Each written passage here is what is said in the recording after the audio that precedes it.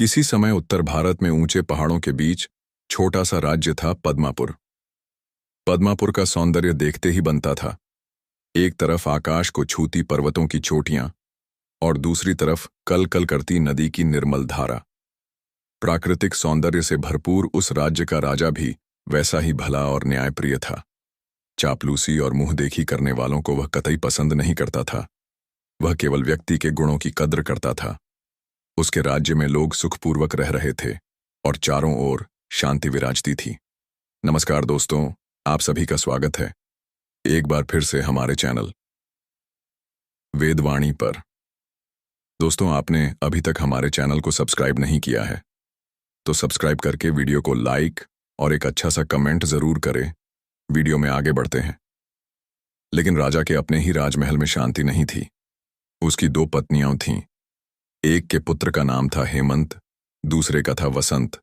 दोनों रानियों में होड़ लगी थीं कि भावी राजा उनका ही पुत्र बने। राजा उनकी रात दिन की कलह से अत्यंत दुखी था। तभी उसे एक उपाय सूझा। राजा ने हेमंत और वसंत को बुलावा भेजा और कहा, तुम दोनों को कल ही देशाटन के लिए जाना होगा। तुम लोग घूम फिरकर साल भर बाद लौट आना। इस भ्रमण के दौरान ही तुम्हें अपनी अपनी पत्नी भी ढूंढनी होगी। यह आवश्यक नहीं कि वे राजकुमारियां ही हों, लेकिन इतना अवश्य है कि जिसकी पत्नी अधिक गुणवती और अच्छे संस्कारों में पली होगी, राजगद्दी का वारिस उसी राजकुमार को बनाया जाएगा। दूसरे दिन हेमंत और वसंत माता पिता का आशीर्वाद लेकर भिन्न भिन्न दिशाओं में चल पड़े। जंगलों, पहाड़ों और नदियों को पार करते हुए वे दो अलग अलग नगरों में जा पहुंचे। दोनों के साथ गए सेवकों ने घोषणा कर दी, दूर देश से आए राजकुमार सुंदर, गुणवती और अच्छे संस्कार वाली लड़की से विवाह के इच्छुक हैं। बस लोग प्रस्ताव लेकर हेमंत तथा वसंत के पास आने लगे। हर कोई अपनी बेटी का विवाह राजघराने में करना चाहता था।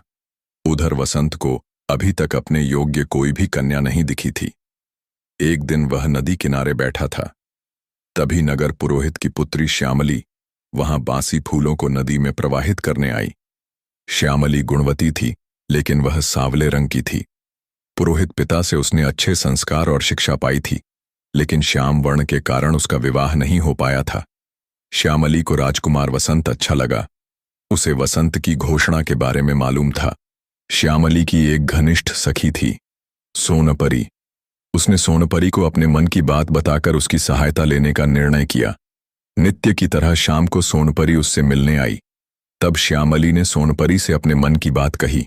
बोली, मैंने राजकुमार वसंत के बारे में बहुत कुछ सुना है। मैं उससे विवाह करना चाहती हूं, लेकिन उसके पास तो अत्यंत सुंदर लड़कियों के विवाह के प्रस्ताव आ रहे हैं।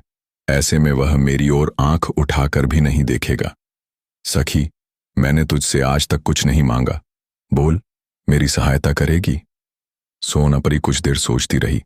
फिर उसने कहा, मैं तुझे अपूर्व सुंदरी बना सकती हूं, बहुमूल्य आभूषणों से सजा सकती हूं, किंतु एक शर्त है। तेरा यह रूप केवल राजकुमार वसंत के लिए होगा। अगर ससुराल में किसी और पुरुष ने तेरा मुख देख लिया तो उसी क्षण तू अपने असली रूप में जाएगी। उसने सोनपरी की बात मान ली। सोनपरी ने अपनी छड़ी हिलाई तो श्यामली का रूप बदल गया। उसकी जगह एक अत्यंत सुंदर युवती खड़ी दिखाई देने लगी।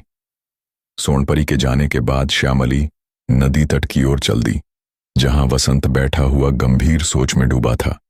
श्यामली का अपूर्व सौंदर्य देखकर वसंत चौंक उठा और एकटक उसे देखने लगा। फिर उसने श्यामली का परिचय पूछा। श्यामली ने अपने पिता और परिवार के बारे में वसंत को सब बता दिया।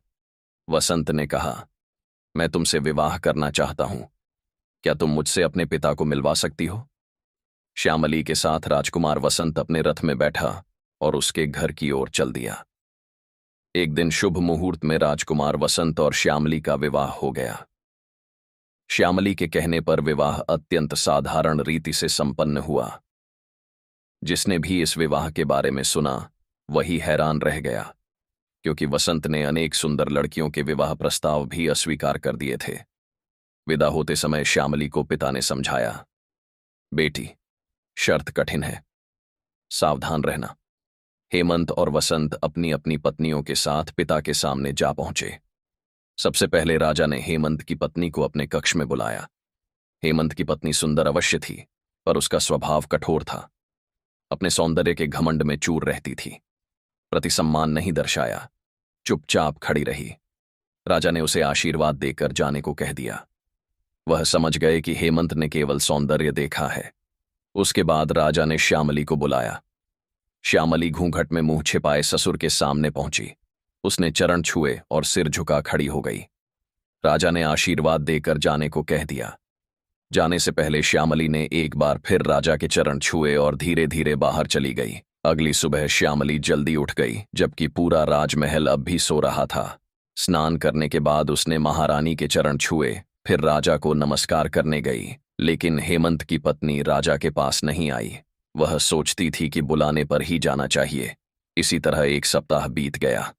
राजा रानी श्यामली से बहुत प्रसन्न थे।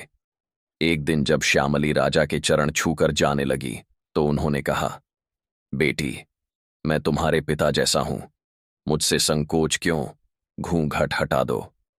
यह सुनते ही श्यामली घबरा गई। उसे सोनपरी की चेतावनी याद आ गई, लेकिन ससुर की बात न मानना भी गलत था। मन ही मन उसने ईश्वर से प्रार्थना की, सोनपरी को याद किया, घूंघट हटाकर दोबारा राजा के चरण छू लिए और रो पड़ी। उसे रोती देख राजा चौंक उठे। उन्होंने कहा, बेटी, रो क्यों रही हो? यहां तुम्हें क्या कष्ट है? बता, तेरे मन में क्या बात है? श्यामली कुछ बोल पाती, इससे पहले ही सोनपरी वहां प्रकट हो गई। उसने राजा के सामने सारी बात रख दी। सोनपरी की बात सुनकर राजा और हैरान हुए। बोले, लेकिन श्यामली तो कुरूप नहीं है। अगर होती तब भी मुझे कोई अंतर न पड़ता, क्योंकि अपनी नम्रता और अच्छे व्यवहार से यह मुझे पहले ही जीत चुकी है। सोनपरी ने हंसकर श्यामली की ओर देखा। बोली, सखी, घबरा क्यों रही हो? अब मैंने अपनी शर्त वापस ले ली है। यह रूप अब सदा के लिए तुम्हारा है। इसके अगले दिन राजा ने वसंत को युवराज बनाने की घोषणा कर दी। उन्होंने किसी से नहीं कहा कि उनके इस निर्णय के पीछे श्यामली की विनम्रता का कितना हाथ था। सोनपरी का रहस्य भी कभी किसी को नहीं बताया।